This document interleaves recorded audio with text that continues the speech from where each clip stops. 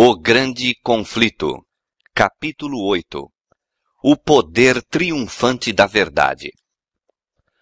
Um novo imperador, Carlos V, subira ao trono da Alemanha, e os emissários de Roma se apressaram a apresentar suas congratulações e induzir o monarca a empregar seu poder contra a reforma. De um lado, o eleitor da Saxônia, a quem Carlos em grande parte devia a coroa, rogava-lhe não dar passo algum contra Lutero antes de lhe conceder oportunidade de se fazer ouvir. O imperador ficou assim colocado em posição de grande perplexidade e embaraço.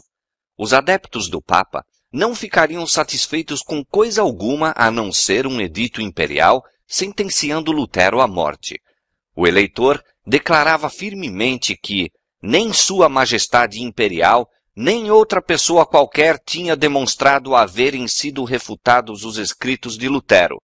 Portanto, pedia, que o doutor Lutero fosse provido de salvo-conduto, de maneira que pudesse comparecer perante um tribunal de juízes sábios, piedosos e imparciais.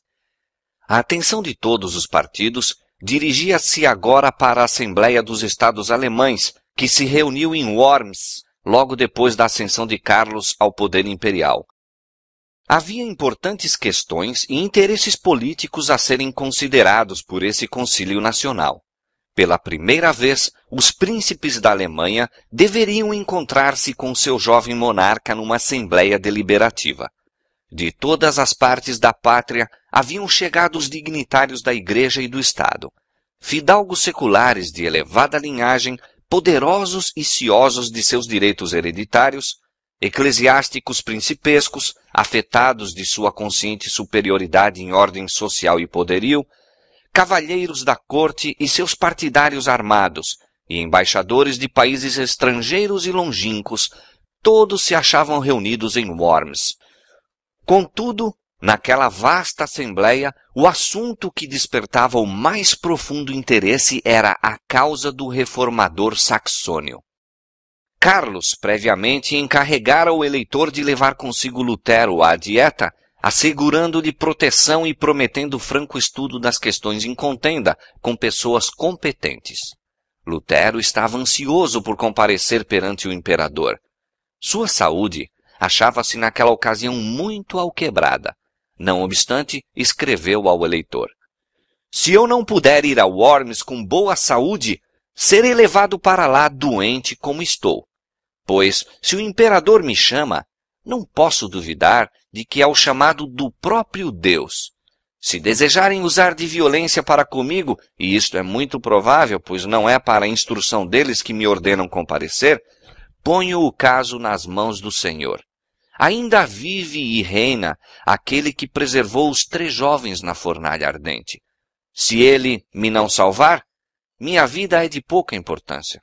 Tão somente evitemos que o Evangelho seja exposto ao escárnio dos ímpios, e por ele derramemos nosso sangue, de preferência a deixar que eles triunfem. Não me compete decidir se minha vida ou minha morte contribuirá mais para a salvação de todos. Podeis esperar tudo de mim, exceto fuga e abjuração. Fugir não posso, e menos ainda me retratar. Quando em Worms circularam as notícias de que Lutero deveria comparecer perante a dieta, houve geral excitação. Aleandro, o delegado papal a quem fora especialmente confiado o caso, estava alarmado e enraivecido. Via que o resultado seria desastroso para a causa papal. Instituir inquérito sobre um caso em que o Papa já havia pronunciado sentença de morte seria lançar o desdém sobre a autoridade do soberano pontífice. Além disso, tinha apreensões de que os eloquentes e poderosos argumentos daquele homem pudessem desviar da causa do Papa muitos dos príncipes. Com muita insistência, pois, advertiu Carlos contra o aparecimento de Lutero em Worms. Por este tempo, foi publicada a bula que declarava a excomunhão de Lutero. Este fato, em acréscimo às representações do legado, induziu o imperador a ceder. Escreveu ao eleitor que, se Lutero não se retratasse, deveria permanecer em Wittenberg. Não contente com esta vitória, Aleandro trabalhou com toda a força e astúcia que possuía para conseguir a condenação de Lutero. Com uma persistência digna de melhor causa, insistiu em que o caso chegasse à atenção dos príncipes, prelados e outros membros da Assembleia, acusando o reformador de sedição, rebelião e blasfêmia. Mas a veemência e paixão manifestadas pelo legado revelaram demasiadamente claro o espírito que o impulsionava. Ele é movido pelo ódio e vingança, foi a observação geral, muito mais do que pelo zelo e piedade.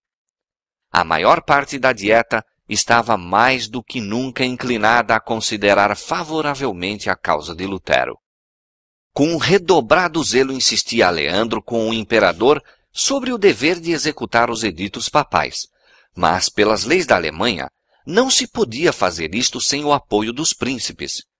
E vencido finalmente pela importunação do legado, Carlos ordenou-lhes apresentar seu caso à dieta. Foi um dia pomposo para o núncio. A assembleia era grandiosa, a causa ainda maior. Aleandro deveria pleitear em favor de Roma, mãe e senhora de todas as igrejas. Com todo o prestígio do saber e da eloquência, Aleandro se pôs a derribar a verdade. Acusação sobre acusação lançou ele contra Lutero, como inimigo da igreja e do Estado, dos vivos e dos mortos, do clero e dos leigos, dos concílios e dos cristãos em geral. Nos erros de Lutero, há o suficiente, declarou ele, para assegurar a queima de 100.000 hereges. Em conclusão, esforçou-se por atirar o desprezo aos adeptos da fé romana. O que são esses luteranos? Uma quadrilha de insolentes pedantes, padres corruptos, devassos monges, advogados ignorantes e nobres degradados, juntamente com o povo comum a que transviaram e perverteram. Quanto lhes é superior o Partido Católico em número, competência e poder. Um decreto unânime desta ilustre Assembleia esclarecerá os simples, advertirá os imprudentes, firmará os versáteis e dará força aos fracos. Com tais armas têm sido, em todos os tempos, atacados os defensores da verdade. Os mesmos argumentos ainda se apresentam contra todos os que ousam mostrar, em oposição a erros estabelecidos, os simples e diretos ensinos da palavra de Deus. Quem são estes pregadores de novas doutrinas? Exclamam os que desejam uma religião popular. São indoutos, pouco numerosos e das classes pobres. Contudo, pretendem ter a verdade e ser o povo escolhido de Deus. São ignorantes e estão enganados. Quão superior em número e influência é a nossa igreja? Quantos grandes e ilustres homens existem entre nós? Quanto mais poder há de nosso lado? Tais são os argumentos que têm influência decisiva sobre o mundo, mas não são mais concludentes hoje do que o foram nos dias do Reformador. A reforma não terminou com Lutero, como muitos supõem. Continuará até o fim da história deste mundo. Lutero teve grande obra a fazer, transmitindo a outros a luz que Deus permitira brilhar sobre ele. Contudo, não recebeu toda a luz que deveria ser dada ao mundo.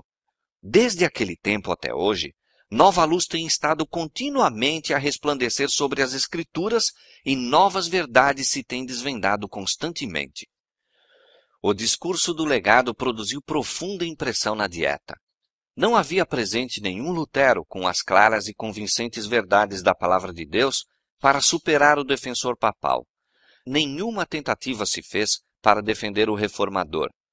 Era manifesta a disposição geral de não somente condená-lo e as doutrinas que ele ensinava, mas, sendo possível, desarraigar a heresia. Roma fruíra da mais favorável oportunidade para defender sua causa. Tudo o que ela poderia dizer em sua própria reivindicação fora dito, mas a aparente vitória foi o sinal da derrota. Dali em diante, o contraste entre a verdade e o erro seria visto mais claramente ao entrarem para a luta em campo aberto. Nunca mais, desde aquele dia, Roma se havia de sentir tão segura como estivera. Conquanto a maior parte dos membros da Dieta não tivesse hesitado em entregar Lutero à vingança de Roma, muitos deles viam e deploravam a depravação existente na Igreja, desejosos da supressão dos abusos de que sofria o povo alemão em consequência da corrupção e cobiça da hierarquia. O legado apresentara sob a luz mais favorável o dogma papal. O Senhor, então, constrangeu um membro da Dieta a dar uma descrição verdadeira dos efeitos da tirania papal. Com nobre firmeza, o duque Jorge da Saxônia se levantou naquela assembleia principesca e especificou com terrível precisão os enganos e abominações do papado e seus horrendos resultados. Disse ao concluir: tais são alguns dos abusos que clamam contra Roma. Toda vergonha foi posta à parte, e seu único objetivo é dinheiro, dinheiro, dinheiro.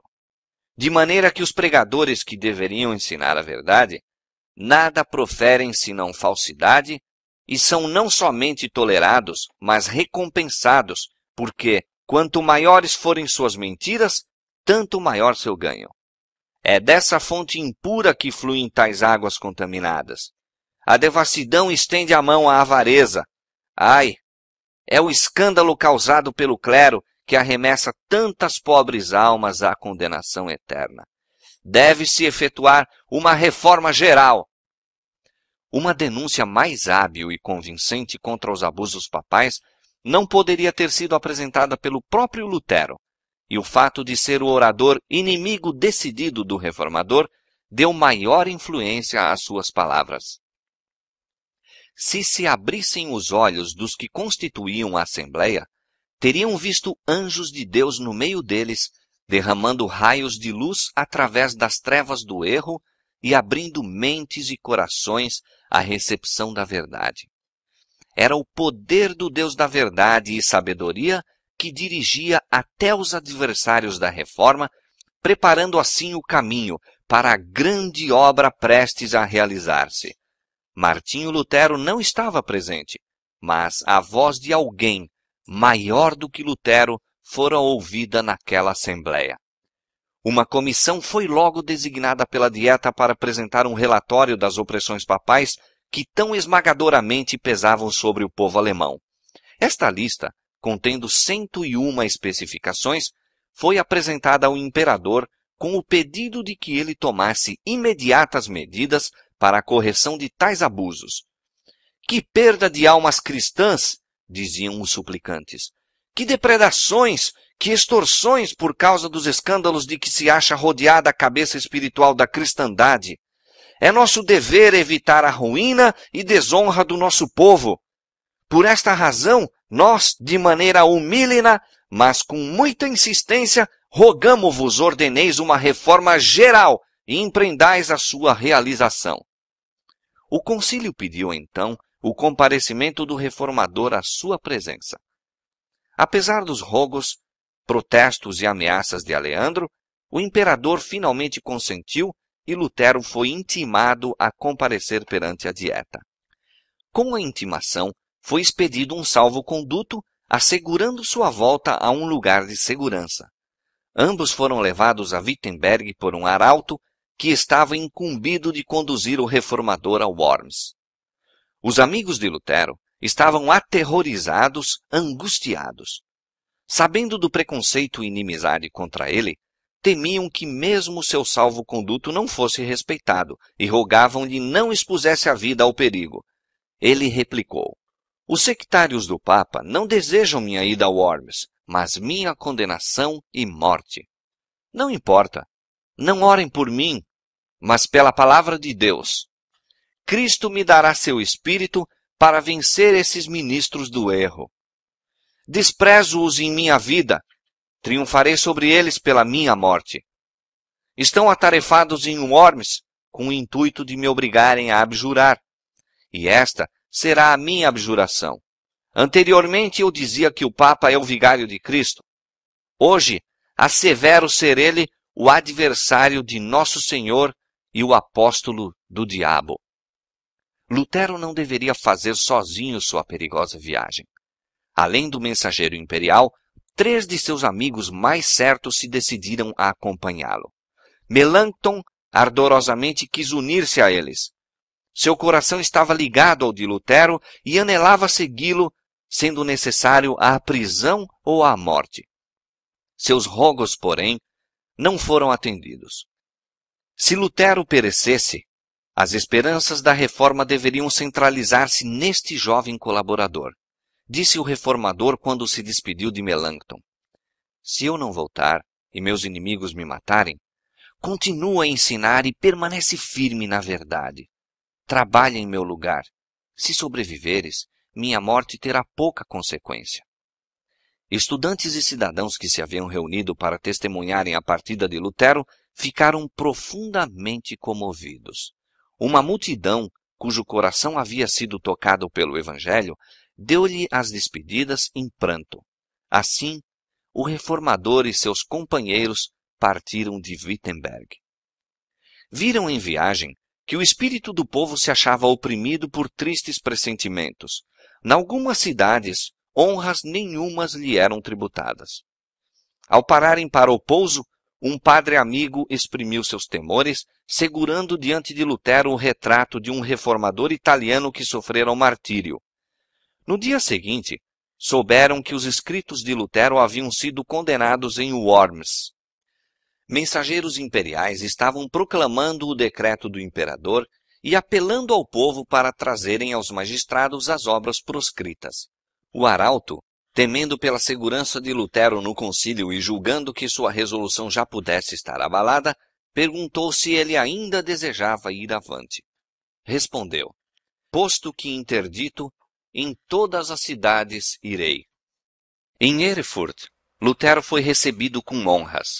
Cercado de multidões que o admiravam, passou pelas ruas que ele muitas vezes atravessara com a sacola de pedinte. Visitou sua capela no convento e pensou nas lutas pelas quais a luz que agora inundava a Alemanha se derramara em sua alma. Insistiu-se com ele a que pregasse. Isto lhe havia sido vedado, mas o arauto concedeu-lhe permissão e o frade, que fora outrora o serviçal do convento, subiu agora ao púlpito. A uma multidão que ali se reunira, falou ele sobre as palavras de Cristo. Paz seja convosco. Filósofos, doutores e escritores, disse ele, têm se esforçado por ensinar aos homens o meio para se obter a vida eterna e não o têm conseguido. Contar-vos-ei agora. Deus ressuscitou dos mortos um homem, o Senhor Jesus Cristo, para que pudesse destruir a morte, extirpar o pecado e fechar as portas do inferno. Esta é a obra da salvação. Cristo venceu. Estas são as alegres novas, e somos salvos por sua obra e não pela nossa própria. Disse nosso Senhor Jesus Cristo: paz seja convosco. Olhai minhas mãos. Isto quer dizer: olha, ó homem, fui eu só, que tirei teu pecado e te resgatei. E agora tens paz, diz o Senhor. Continuou, mostrando que a verdadeira fé se manifestará por uma vida santa. Visto que Deus nos salvou, ordenemos nossos trabalhos de tal maneira que possam ser aceitáveis perante Ele. És rico? Administra teus bens às necessidades dos pobres. Se teu trabalho é útil apenas para ti, o serviço que pretendes prestar a Deus é uma mentira. O povo ouvia como que extasiado. O pão da vida fora partido àquelas almas famintas. Perante elas, Cristo foi levantado acima dos papas, legados, imperadores e reis. Lutero não fez referência alguma à sua posição perigosa.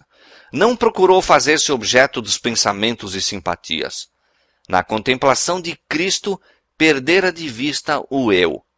Escondera-se por trás do homem do Calvário, procurando apenas apresentar a Jesus como o redentor do pecador. Prosseguindo viagem, o reformador era em toda parte olhado com grande interesse. Uma ávida multidão acotovelava-se em redor dele e vozes amigas advertiam-no dos propósitos dos romanistas. Eles vos queimarão, diziam alguns, e reduzirão vosso corpo a cinzas, como fizeram com João Hus. Lutero respondia: ainda que acendessem por todo o caminho de Worms a Wittenberg uma fogueira cujas chamas atingissem o céu, em nome do Senhor, eu caminharia pelo meio delas, compareceria perante eles, entraria pelas mandíbulas desse hipopótamo e lhe quebraria os dentes, confessando o Senhor Jesus Cristo. A notícia de sua aproximação de Worms estabeleceu grande comoção.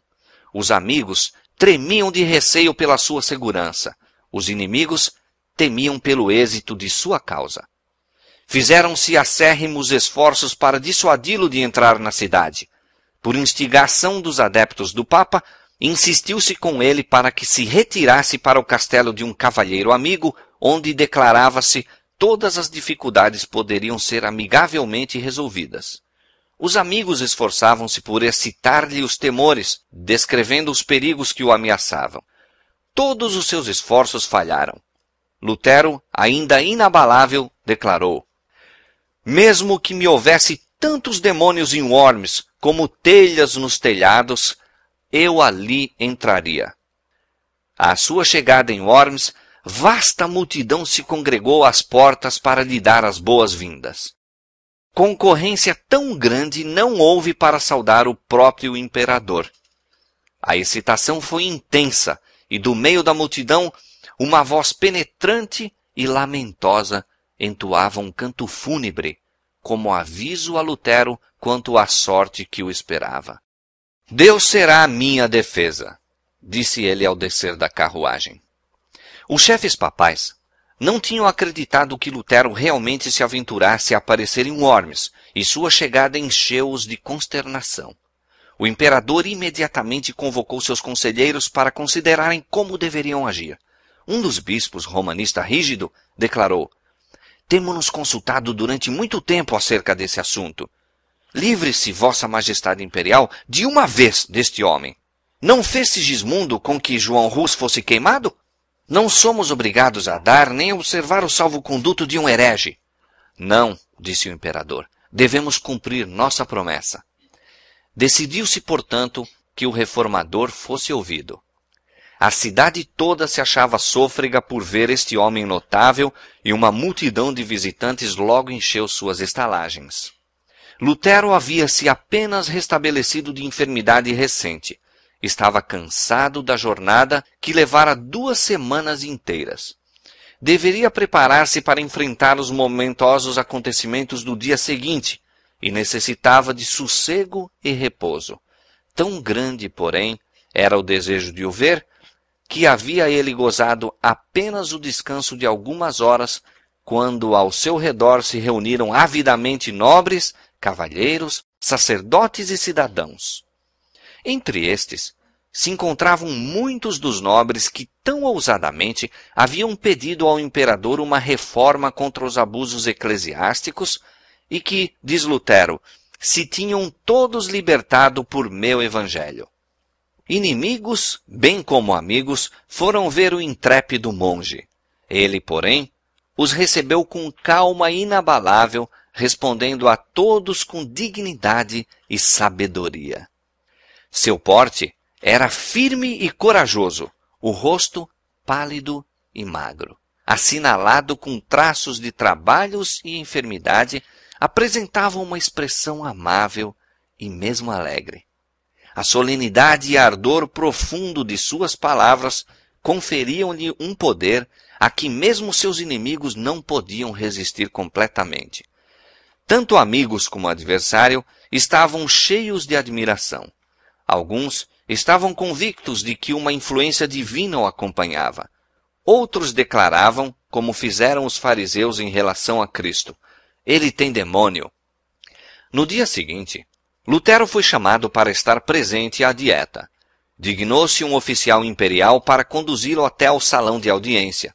Foi, contudo, com dificuldade que ele atingiu o local. Todas as ruas estavam cheias de espectadores, ávidos de ver um monge que ousara resistir à autoridade do Papa. Quando estava para entrar à presença de seus juízes, um velho general, herói de muitas batalhas, disse-lhe amavelmente: pobre monge, vais agora assumir uma posição mais nobre do que eu ou quaisquer outros capitães já assumimos nas mais sanguinolentas de nossas batalhas. Mas, se tua causa é justa, e estás certo disto, vai adiante, em nome de Deus, e nada temas. Deus não te abandonará. Finalmente, Lutero se achou perante o concílio. O imperador ocupava o trono. Estava rodeado das mais ilustres personagens do império. Nunca homem algum comparecera à presença de uma assembleia mais importante do que aquela diante da qual Martinho Lutero deveria responder por sua fé. Aquela cena era por si mesma uma assinalada vitória sobre o papado. O Papa condenara o homem e agora estava ele em pé, diante de um tribunal que por esse mesmo ato se colocava acima do Papa. Este o havia posto sob interdito, separando-o de toda a sociedade humana, e, no entanto, era ele chamado em linguagem respeitosa e recebido perante a mais augusta Assembleia do mundo.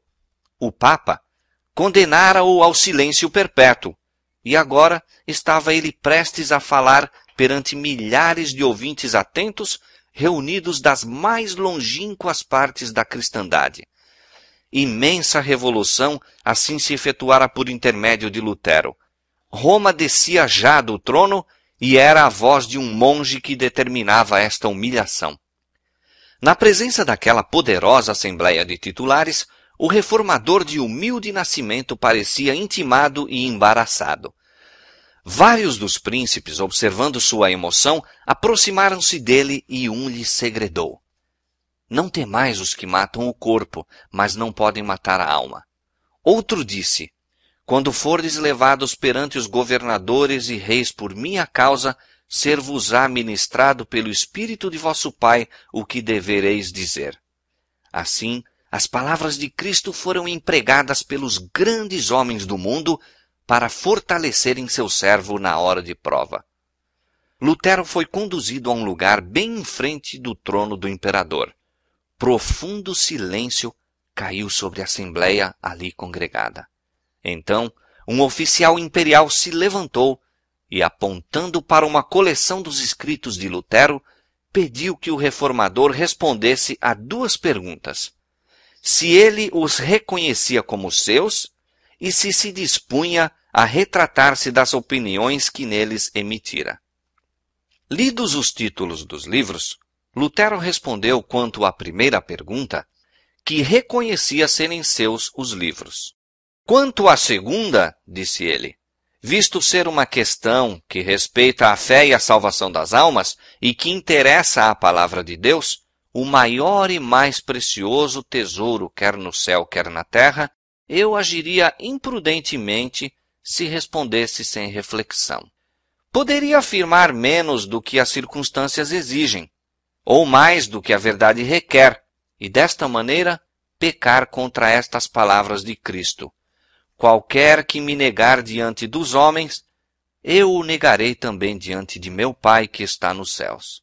Por esta razão, com toda a humildade, rogo a vossa majestade imperial conceder-me tempo para que eu possa responder sem ofensa à palavra de Deus.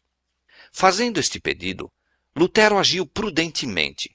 Sua conduta convenceu a Assembleia de que não agia por paixão ou impulso. Semelhante calma e domínio próprio, inesperados em quem se mostrara audaz e intransigente, aumentaram-lhe o poder, habilitando-o mais tarde a responder com uma prudência, decisão, sabedoria e dignidade que surpreendiam e decepcionavam seus adversários, repreendendo-lhes a insolência e orgulho. No dia seguinte, deveria ele comparecer para dar sua resposta final. Durante algum tempo, seu coração se abateu ao contemplar as forças que estavam combinadas contra a verdade. Vacilou-lhe a fé. Temor e tremor lhe sobrevieram e oprimiu-o o terror. Multiplicavam-se diante dele os perigos. Seus inimigos pareciam a ponto de triunfar e os poderes das trevas de prevalecer. Nuvens juntavam-se em redor dele e pareciam separá-lo de Deus. Ansiava pela certeza de que o Senhor dos Exércitos estaria com ele. E em angústia de espírito, lançou-se com o rosto em terra, derramando estes clamores entrecortados, lancinantes, que ninguém, senão Deus, pôde compreender perfeitamente. Ó Deus, todo-poderoso e eterno, implorava ele, quão terrível é este mundo! Eis que ele abre a boca para engolir-me, e tenho tão pouca confiança em ti. Se é unicamente na força deste mundo que eu devo pôr minha confiança, tudo está acabado. É vinda a minha última hora, minha condenação foi pronunciada. Ó Deus, ajuda-me contra toda a sabedoria do mundo. Faze isto, tu somente, pois esta não é minha obra, mas tua. Nada tenho a fazer por minha pessoa e devo tratar com estes grandes do mundo, mas a causa é tua. E é uma causa justa e eterna. Ó Senhor, auxilia-me. Deus fiel e imutável, em homem algum ponho minha confiança. Tudo que é do homem é incerto. Tudo que do homem vem, falha. Escolheste-me para esta obra. Sê ao meu lado por amor de teu bem-amado Jesus Cristo, que é a minha defesa, meu escudo e torre forte. Uma providência onisciente havia permitido a Lutero compreender o perigo para que não confiasse em sua própria força, arrojando-se presunçosamente ao perigo. Não era, contudo, o temor do sofrimento pessoal, o terror da tortura ou da morte, que parecia iminente, o que o oprimia com seus horrores. Ele chegara à crise e sentia sua insuficiência para enfrentá-la. Pela sua fraqueza, a causa da verdade poderia sofrer dano. Não para sua própria segurança, mas para a vitória do Evangelho lutava ele com Deus.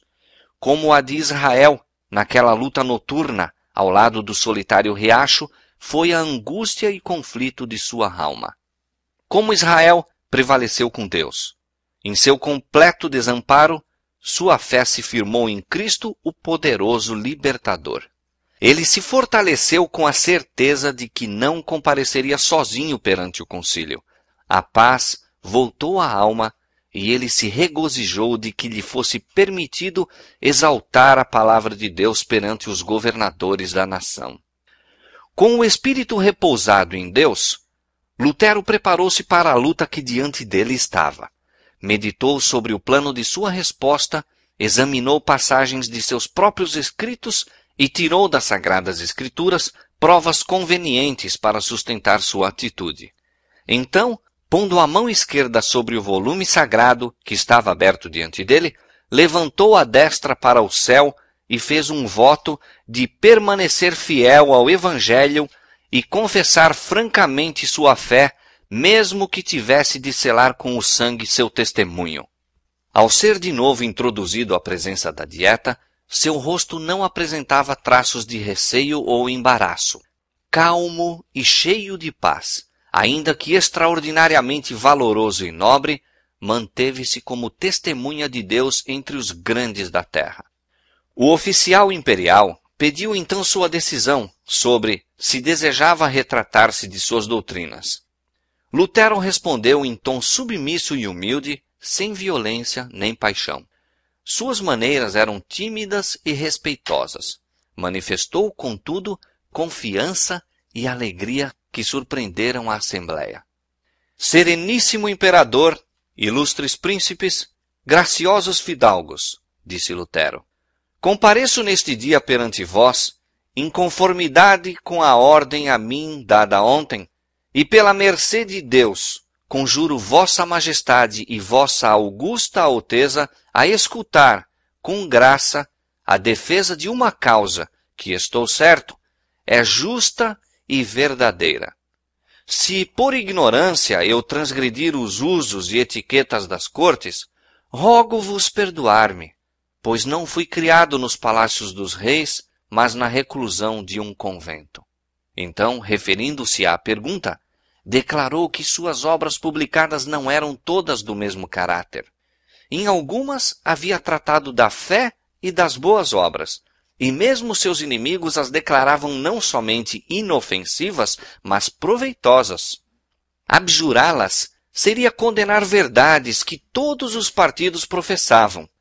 A segunda classe consistia em escritos que expunham as corrupções e abusos do papado.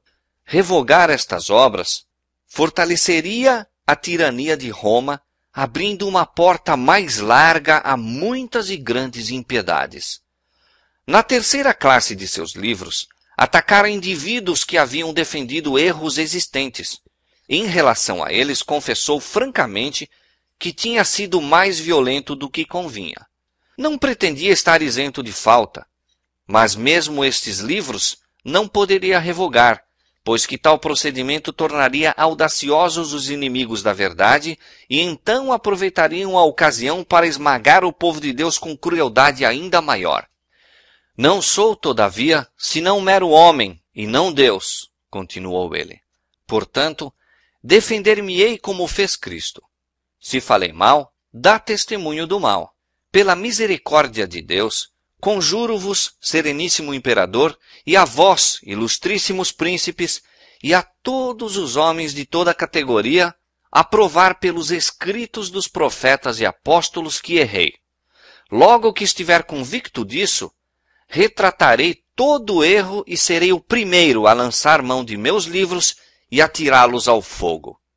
O que acabo de dizer claramente mostra, eu o espero, que pesei e considerei cuidadosamente os perigos a que me exponho, mas, longe de me desanimar, regozijo-me por ver que o Evangelho é hoje, como nos tempos antigos, causa de perturbação e dissensão. Este é o caráter, este é o destino da palavra de Deus. Não vim trazer paz à terra, mas espada, disse Jesus Cristo. Deus é maravilhoso e terrível em seus conselhos. Acautelai-vos para que não aconteça que, supondo apagar dissensões, persigais a santa palavra de Deus e arrosteis sobre vós mesmos um pavoroso dilúvio de perigos insuperáveis, de desastres presentes e desolação eterna. Poderia citar muitos exemplos dos oráculos de Deus.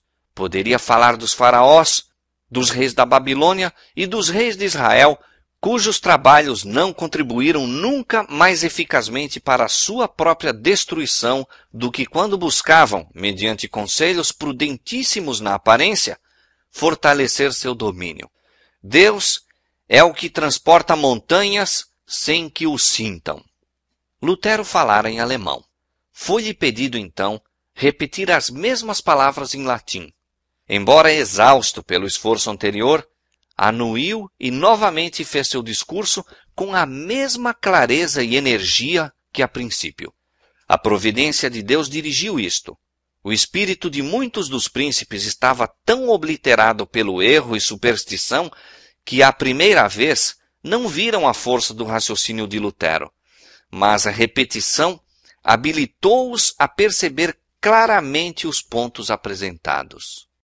Os que obstinadamente fechavam os olhos à luz e se decidiram não convencer-se das verdades, ficaram enraivecidos com o poder das palavras de Lutero.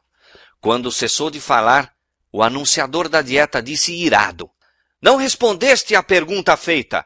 Exige-se que dês resposta clara e precisa. Retratar-te-ás ou não?" O reformador respondeu: "Visto que vossa sereníssima majestade e vossas nobres altezas exigem de mim resposta clara, simples e precisa, dar-vo-á-la-ei, e é esta. Não posso submeter minha fé, quer ao Papa, quer aos concílios, porque é claro como o dia que eles têm frequentemente errado e se contradito um ao outro. Portanto, a menos que eu seja convencido pelo testemunho das Escrituras ou pelo mais claro raciocínio, a menos que eu seja persuadido por meio das palavras que citei, a menos que assim submetam minha consciência pela palavra de Deus, não posso retratar-me e não me retratarei, pois é perigoso a um cristão falar contra a consciência. Aqui permaneço, Não posso fazer outra coisa. Deus queira ajudar-me. Amém. Assim se manteve este homem justo sobre o firme fundamento da palavra de Deus. A luz do céu iluminava-lhe o semblante. Sua grandeza e pureza de caráter, sua paz e alegria de coração eram manifestas a todos ao testificar ele contra o poder do erro e testemunhar a superioridade da fé que vence o mundo. A assembleia toda ficou por algum tempo muda de espanto. Em sua primeira resposta, Lutero falara em tom baixo e em atitude respeitosa, quase submissa. Os romanistas haviam interpretado isto como um sinal de que lhe estivesse começando a faltar o ânimo. Consideraram o pedido de delonga simples prelúdio de sua retratação. O próprio Carlos, notando, meio desdenhoso, a constituição abatida do monge, seu traje singelo e a simplicidade de suas maneiras, declarara: "Este monge nunca fará de mim um herege." A coragem e firmeza que agora ele ostentara, bem como o poder e clareza de seu raciocínio, encheram de surpresa todos os partidos. O imperador, possuído de admiração, exclamou: "Este monge fala com coração intrépido e inabalável coragem." Muitos dos príncipes alemães olhavam com orgulho e alegria a este representante de sua nação. Os partidários de Roma haviam sido vencidos. Sua causa parecia sob a mais desfavorável luz. Procuraram manter seu poder, não apelando para as Escrituras, mas com recurso às ameaças, indefectível argumento de Roma. Disse o anunciador da dieta: "Se não se retratar, o imperador e os governos do império consultar-se-ão quanto à conduta a adotar-se contra o herege incorrigível." Os amigos de Lutero, que com grande alegria lhe ouviram a nobre defesa, tremeram àquelas palavras, mas o próprio doutor disse claramente: "Queira Deus ser meu auxiliador, pois não posso retratar-me de coisa alguma." Ordenou-se-lhe que se retirasse da dieta enquanto os príncipes se consultavam juntamente. Pressentia-se que chegara uma grande crise. A persistente recusa de Lutero em submeter-se poderia afetar a história da Igreja durante séculos. Decidiu-se-lhe dar mais uma oportunidade para abjurar. Pela última vez foi ele levado à Assembleia. Novamente, foi feita a pergunta se ele renunciaria às suas doutrinas. "Não tenho outra resposta a dar", disse ele, "a não ser a que já dei."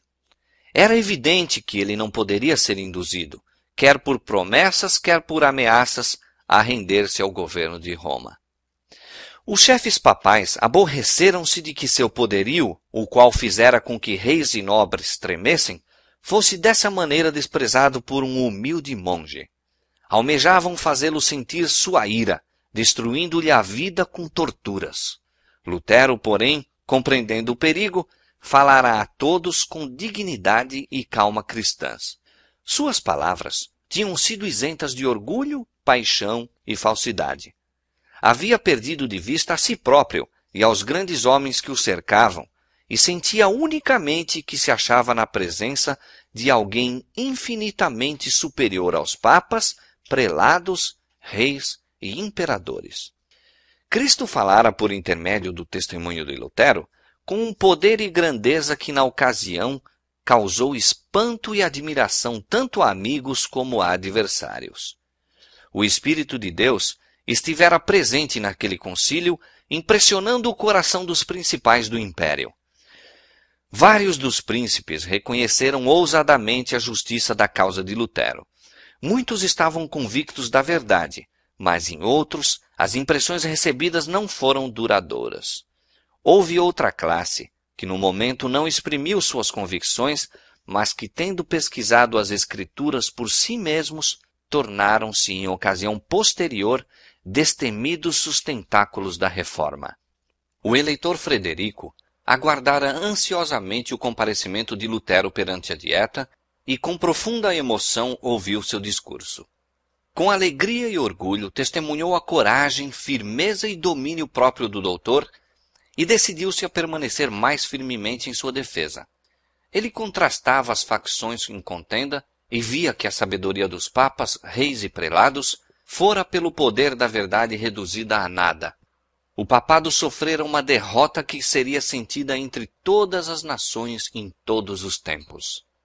Quando o legado percebeu o efeito produzido pelo discurso de Lutero, como nunca dantes, temeu pela segurança do poderio romano e resolveu empregar todos os meios a seu alcance para levar a termo a derrota do reformador. Com toda a eloquência e perícia diplomática, pelas quais tanto se distinguia, apresentou ao jovem imperador a loucura e perigo de sacrificar pela causa de um monge desprezível a amizade e apoio da poderosa sede Roma. Suas palavras não foram destituídas de efeito. No dia que se seguiu a resposta de Lutero, Carlos fez com que fosse apresentada uma mensagem à Dieta, anunciando sua resolução de prosseguir com a política de seus predecessores, mantendo e protegendo a religião católica. Visto que Lutero se recusara a renunciar a seus erros, seriam empregadas as mais rigorosas medidas contra ele e contra as heresias que ensinava. Um simples monge, transviado por sua loucura, levantou-se contra a fé da cristandade. Para deter tal impiedade, sacrificarei meus reinos, meus tesouros, meus amigos, meu corpo, meu sangue, minha alma e minha vida. Estou para despedir o agostiniano Lutero, proibindo-lhe causar a menor desordem entre o povo. Procederei então contra ele e seus adeptos como hereges contumazes, pela excomunhão, pelo interdito e por todos os meios calculados para destruí-los. Apelo para os membros do Estado a que se portem como fiéis cristãos. Não obstante, o imperador declarou que o salvo-conduto de Lutero deveria ser respeitado e que antes de se poder instituir qualquer processo contra ele, deveria ser-lhe permitido chegar à casa em segurança. Insistiam agora os membros da Dieta em suas opiniões contrárias. Os emissários e representantes do Papa de novo pediam que o salvo-conduto do reformador fosse desrespeitado. O Reno, diziam eles, deveria receber suas cinzas como recebeu as de João Rus há um século. Príncipes alemães, porém, conquanto fossem eles próprios romanistas e inimigos declarados de Lutero, protestavam contra tal brecha da pública fé como uma nódoa sobre a honra da nação. Apontavam para as calamidades que se seguiam à morte de Rus e declaravam que não ousavam atrair sobre a Alemanha e sobre a cabeça de seu jovem imperador a repetição daqueles terríveis males.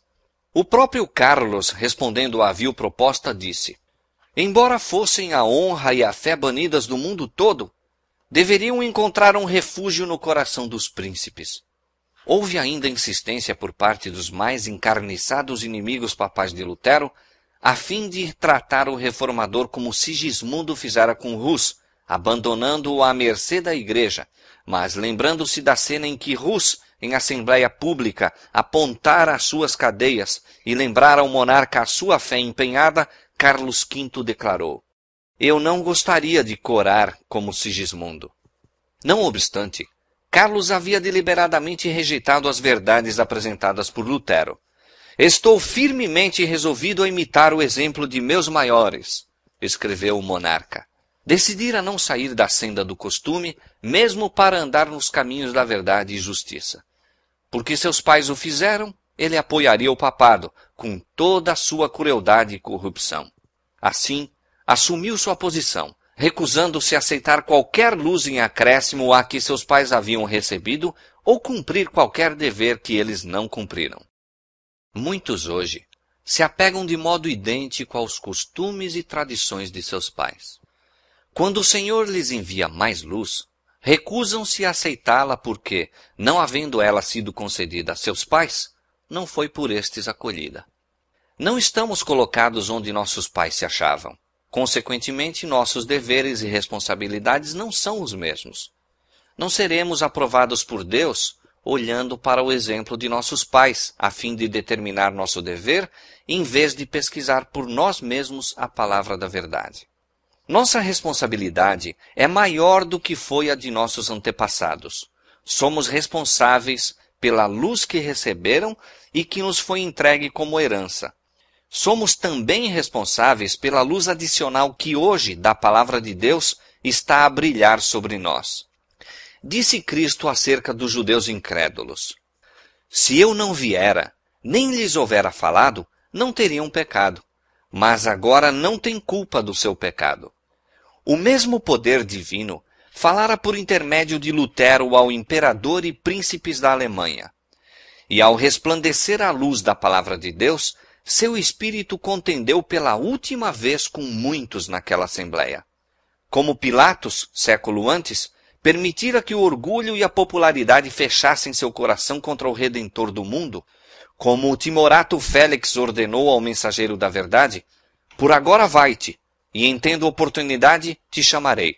Como o orgulhoso Agripa confessou: por pouco me queres persuadir que me faça cristão, e no entanto se desviou da mensagem enviada pelo céu, assim, Carlos V, cedendo às sugestões do orgulho e política mundanos, decidiu-se a rejeitar a luz da verdade.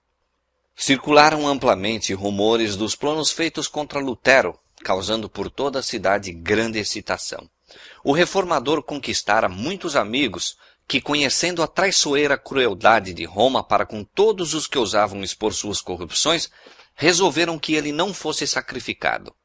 Centenas de nobres se comprometeram a protegê-lo. Não poucos denunciaram abertamente a mensagem real como evidência de tímida submissão ao poder de Roma. Às portas das casas e em lugares públicos foram afixados cartazes, alguns condenando e outros apoiando Lutero.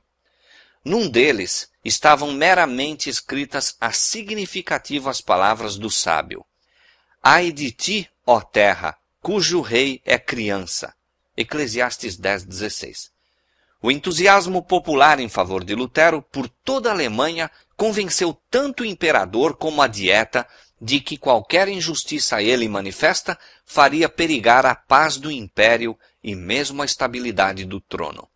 Frederico da Saxônia manteve uma estudada reserva, escondendo cuidadosamente seus verdadeiros sentimentos para com o reformador, ao passo que o guardava com incansável vigilância, observando todos os seus movimentos e todos os de seus inimigos.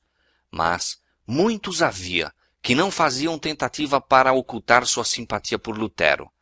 Ele era visitado por príncipes, condes, barões e outras pessoas de distinção, tanto leigas como eclesiásticas. A salinha do doutor, escreveu Spalatin, não podia conter todos os visitantes que se apresentavam. O povo contemplava-o como se fosse mais do que humano. Mesmo os que não tinham fé em suas doutrinas não podiam deixar de admirar aquela altiva integridade que o levou a afrontar a morte, de preferência a violar a consciência. Fizeram-se ardentes esforços a fim de obter o consentimento de Lutero para uma transigência com Roma. Nobres e príncipes lembraram-lhe que, se permitisse em colocar seu próprio juízo contra o da Igreja e dos concílios, seria logo banido do império e não teria então defesa. A este apelo, Lutero respondeu: o Evangelho de Cristo não pode ser pregado sem dano. Por que, pois, deveria o temor ou a apreensão do perigo separar-me do Senhor e da divina palavra, que unicamente é a verdade? Não. Entregaria antes meu corpo, meu sangue e minha vida. De novo insistiu-se com ele para que se submetesse ao juízo do imperador, e então nada precisaria temer. Consinto, disse ele em resposta, de todo o meu coração, em que o imperador, os príncipes e mesmo o mais obscuro cristão examinem e julguem os meus livros, mas sob uma condição: que tomem a palavra de Deus como norma. Os homens nada têm a fazer senão obedecer-lhe. Não façais violência à minha consciência, que está ligada e encadeada às Escrituras Sagradas. A um outro apelo, disse ele: consinto em renunciar ao salvo-conduto. Coloco minha pessoa e minha vida nas mãos do imperador, mas a palavra de Deus, nunca. Declarou estar disposto a submeter-se à decisão de um concílio geral, mas unicamente sob a condição de que se exigisse do concílio decidir de acordo com as Escrituras. No tocante à palavra de Deus e à fé, acrescentou ele, todo cristão é juiz tão bom como pode ser o próprio Papa, embora apoiado por 1 milhão de concílios. Tanto amigos como adversários finalmente se convenceram de que baldados seriam quaisquer esforços de reconciliação.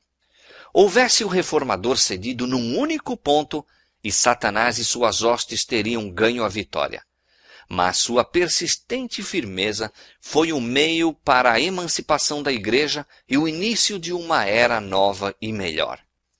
A influência deste único homem, que ousou pensar e agir por si mesmo em assuntos religiosos, deveria afetar a igreja e o mundo, não somente em seu próprio tempo, mas em todas as gerações futuras. Sua firmeza e fidelidade fortaleceriam até o final do tempo a todos os que passassem por experiência semelhante.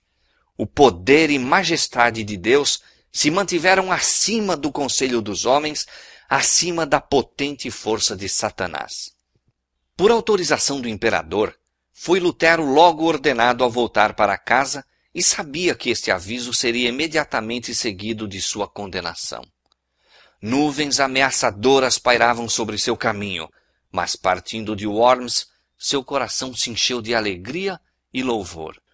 O próprio diabo, disse ele, guardou a fortaleza do Papa, mas Cristo fez nela uma larga brecha e Satanás foi constrangido a confessar que o Senhor é mais poderoso do que ele. Depois de sua partida, ainda desejoso de que sua firmeza não fosse mal interpretada como sendo rebelião, Lutero escreveu ao imperador: Deus, que é o pesquisador dos corações, é minha testemunha, disse ele, de que estou pronto para, da maneira mais ardorosa, obedecer à vossa majestade, na honra e na desonra, na vida e na morte, e sem exceções, a não ser a palavra de Deus, pela qual o homem vive. Em todas as preocupações da presente vida, minha fidelidade será inabalável, pois perder ou ganhar neste mundo é de nenhuma consequência para a salvação. Mas quando se acham envolvidos interesses eternos, Deus não quer que o homem se submeta ao homem, pois tal submissão em assuntos espirituais é verdadeiro culto, e este deve ser prestado unicamente ao Criador. Na viagem de volta a Worms, a recepção de Lutero foi mais lisonjeira mesmo que na sua ida para ali. Eclesiásticos principescos davam as boas-vindas ao monge excomungado e governadores civis honravam ao homem que o imperador denunciara. Insistiu-se com ele que pregasse, e não obstante a proibição imperial, de novo subiu ao púlpito. Nunca me comprometi a acorrentar a palavra de Deus, disse ele, e nem o farei. Não estivera ainda muito tempo ausente de Worms, quando os chefes coagiram o imperador a promulgar um edito contra ele. Nesse decreto, Lutero foi denunciado como o próprio Satanás sob a forma de homem e sob as vestes de monge. Ordenou-se que logo ao expirar o prazo de seu salvo-conduto, se adotassem medidas para deter a sua obra. Proibia-se a todas as pessoas abrigá-lo, dar-lhe comida ou bebida, ou por palavras ou atos, em público ou em particular, auxiliá-lo ou apoiá-lo. Deveria ser preso onde quer que o pudesse ser e entregue às autoridades. Presos deveriam ser também seus adeptos e confiscadas suas propriedades. Deveriam destruir-se seus escritos e, finalmente, todos os que ousassem agir contrariamente àquele decreto eram incluídos em sua condenação. O eleitor da Saxônia e os príncipes mais amigos de Lutero tinham se retirado de Worms logo depois de sua partida, e o decreto do imperador recebeu a sanção da Dieta. Achavam-se agora jubilosos os romanistas. Consideravam selada a sorte da reforma. Deus provera a seu servo, nesta hora de perigo, um meio para escapar ao mesmo. Um olhar vigilante acompanhava os movimentos de Lutero e um coração verdadeiro e nobre decidira o seu livramento. Era claro que Roma não se satisfaria com coisa alguma senão sua morte. Unicamente ocultando-se poderia ele ser preservado das garras do leão. Deus dera sabedoria a Frederico da Saxônia para idear um plano destinado a preservar o reformador. Com a cooperação de verdadeiros amigos, executou-se o propósito do eleitor e Lutero foi, de maneira eficiente, oculto de seus amigos e inimigos. Em sua viagem de volta para casa, foi preso, separado de seus assistentes e precipitadamente transportado através da floresta para o castelo de Wartburgo, isolada fortaleza nas montanhas. Tanto o rapto como o esconderijo foram de tal maneira envoltos em mistério que até o próprio Frederico, durante muito tempo, não soube para onde fora ele conduzido. Essa ignorância não deixou de ter seu desígnio. Enquanto o eleitor nada soubesse do paradeiro de Lutero, nada poderia revelar. Convenceu-se de que o reformador estava em segurança e, com isso, se sentiu satisfeito. Passaram-se a primavera, o verão e o outono. E chegara o inverno, e Lutero ainda permanecia prisioneiro. Aleandro e seus partidários exultavam quando a luz do Evangelho parecia prestes a extinguir-se. Mas, em vez disso, o reformador enchia sua lâmpada no repositório da verdade, e sua luz deveria resplandecer com maior brilho.